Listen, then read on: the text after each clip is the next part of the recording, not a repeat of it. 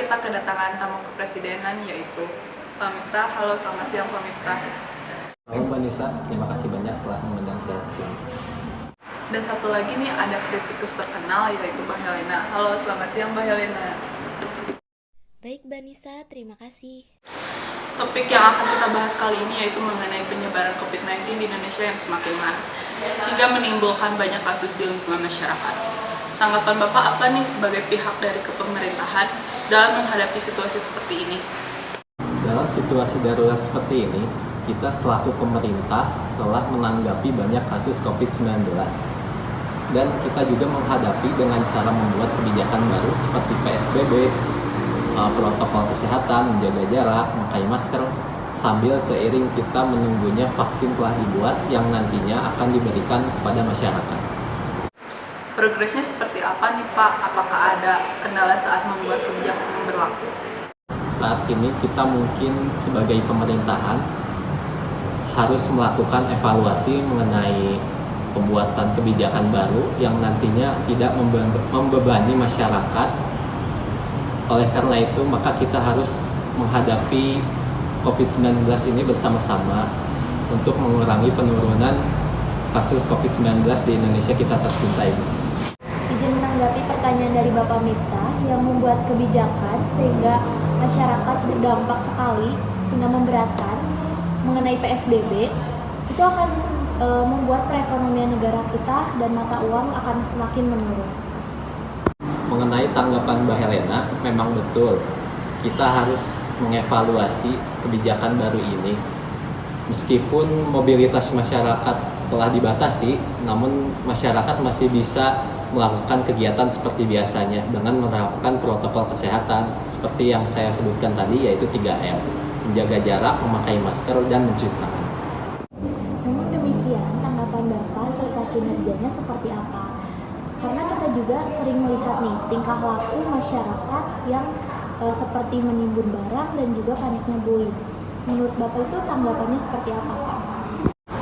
Menanggapi tanggapan Mbak Helena ini, tentunya sebetulnya kita harus mulai dari masyarakat kita sendiri. Kenapa bisa terjadi hal demikian? Karena mungkin ada seseorang atau oknum yang menyesatkan dan mengajak masyarakat untuk melakukan penimbunan barang ataupun panic buying yang merugikan diri sendiri maupun orang lain. Oleh karena itu kita harus bekerja sama. Baik, cukup dulu, mari kita melihat tanggapan dari masyarakat yang terkena dampaknya dan melihat video berikut ini.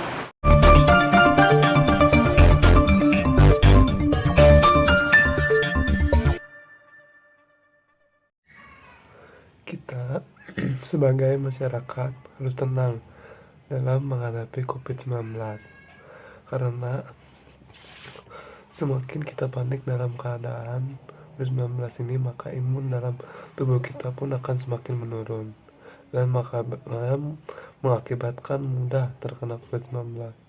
Sebagai masyarakat juga kita harus tetap berusaha untuk hidup untuk selanjutnya. Tapi kebutuhan masyarakat pun banyak, mulai dari kebutuhan pokok, sandang, dan pangan, dan kebutuhan secara materi dan pendidikan apalagi. Dan apakah pemerintah bisa mencukupi kebutuhan masyarakat yang begitu banyak? Apalagi yang saya dengar sekarang, PSBB semakin banyak diterapkan di kota-kota di Indonesia.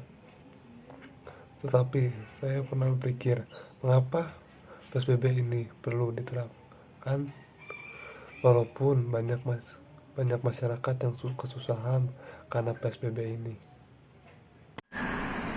Ya, perkenalkan, nama saya David. Saya sebagai penjual sabun-sabun aja. COVID-19 ya. COVID-19 menurut saya menyusahkan. Apalagi dari awal-awal pemerintahan mengumumkan adanya COVID-19 itu datang ke Indonesia, saya sempat kaget. Awalnya biasa aja sih, pendapatan saya dari jual-jual sabun gini yang masih stabil lah. Tapi semenjak pemerintah ngeluarin peraturan PPKM, ya perekonomian saya berkurang. Ini sabun-sabun saya masih banyak, sudah tidak laku. Jadi banyak yang beli sabunnya itu online, udah nggak ada yang beli ke saya lagi gitu. Ini saja masih ada yang baru belum saya buka karena belum ada yang beli lagi. Saya dung-dung saja sama pemerintah mau ngadain PPKM atau apapun itulah, saya udah ngerti. Yang penting tolong pemerintah kalau misalnya ingin masyarakat yang mengikuti peraturan, karena kan beberapa dari kami kan setiap harinya mengandalkan uang-uang dari dagangannya. Jadi kalau dagangannya nggak laku, ya udah bisa makan kita gitu.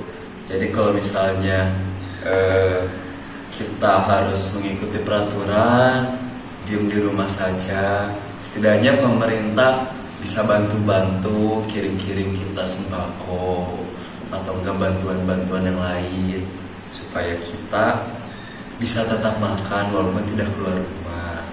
Itu saja. Terima kasih.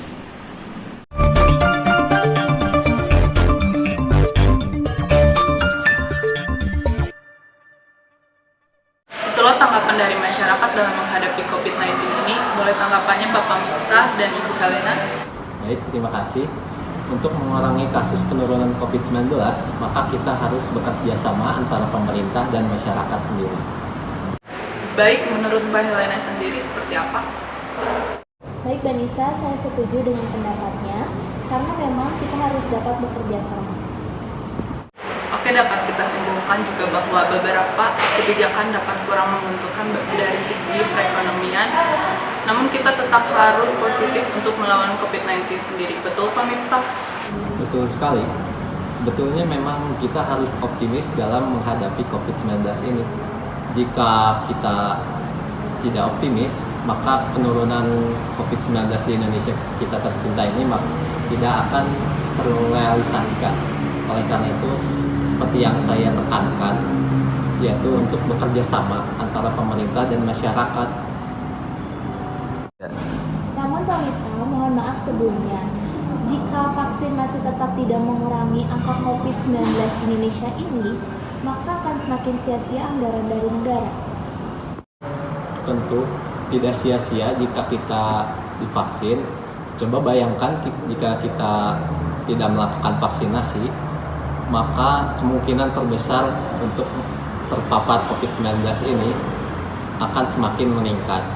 Tentunya masyarakat juga tidak perlu khawatir atas vaksinasi ini karena sebelum dilakukan kepada masyarakat yang akan diberikan nantinya, kita terlebih dahulu mengecek kelayakan vaksinasi ini sehingga aman untuk masyarakat.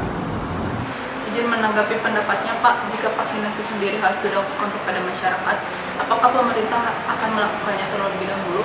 Mau bagaimanapun vaksinasi tidak boleh dilakukan sembarangan Pak. Baik, tentunya untuk melakukan vaksinasi, untuk agar percaya masyarakat pada vaksinasi ini, maka pemerintah akan melakukan vaksinasi terlebih dahulu sehingga mengurangi resiko seperti kasus sebelumnya, yaitu kasus panic buying ataupun kasus penimbunan barang karena mungkin adanya oknum. Oke, baiklah kalau begitu, kita sebagai warga negara akan saling bekerja sama dan akan menaati peraturan pemerintah. Apakah ada tanggapan lain dari Pak Miftah ataupun dari Mbak Helena sendiri? Izin bertanya kepada Mbak Helena, sebagai politikus yang disorot oleh media, apakah Mbak Helena telah memberikan contoh kepada masyarakat yang baik? Karena seperti tanggapan Mbak Helena sebelumnya, sepertinya Anda tidak terlalu mendukung kebijakan yang baru ini. Perlu diakui mungkin saya kurang dalam memberikan contoh yang baik kepada masyarakat. Namun dengan tadi yang disampaikan oleh Pak Miftah dan pemerintah, saya akan menaati peraturan tersebut dengan sebaik mungkin. Baik, apakah ada tanggapan lagi dari Pak Miftah dan Bu Helena? Tidak ada, terima kasih, sekiranya sudah cukup. Tidak ada, terima kasih. Oke, kalau begitu kita akhiri sesi perbincangan kali ini yang tentunya cukup seru dan informatif. Melihat dan mendengar dari sisi pemerintah dan masyarakat, dapat disimpulkan bahwa dari awal COVID-19 hingga saat ini, pemerintah dan masyarakat bekerja sama dalam melawan COVID-19. Dari hal kecil sekalipun seperti 3M, mencuci tangan, menjaga jarak, dan memakai masker. Baik, kita tunggu kinerja pemerintah berikutnya. Sampai jumpa di acara selanjutnya. Terima kasih Bapak Miftah dan Bu Helena. Bye-bye.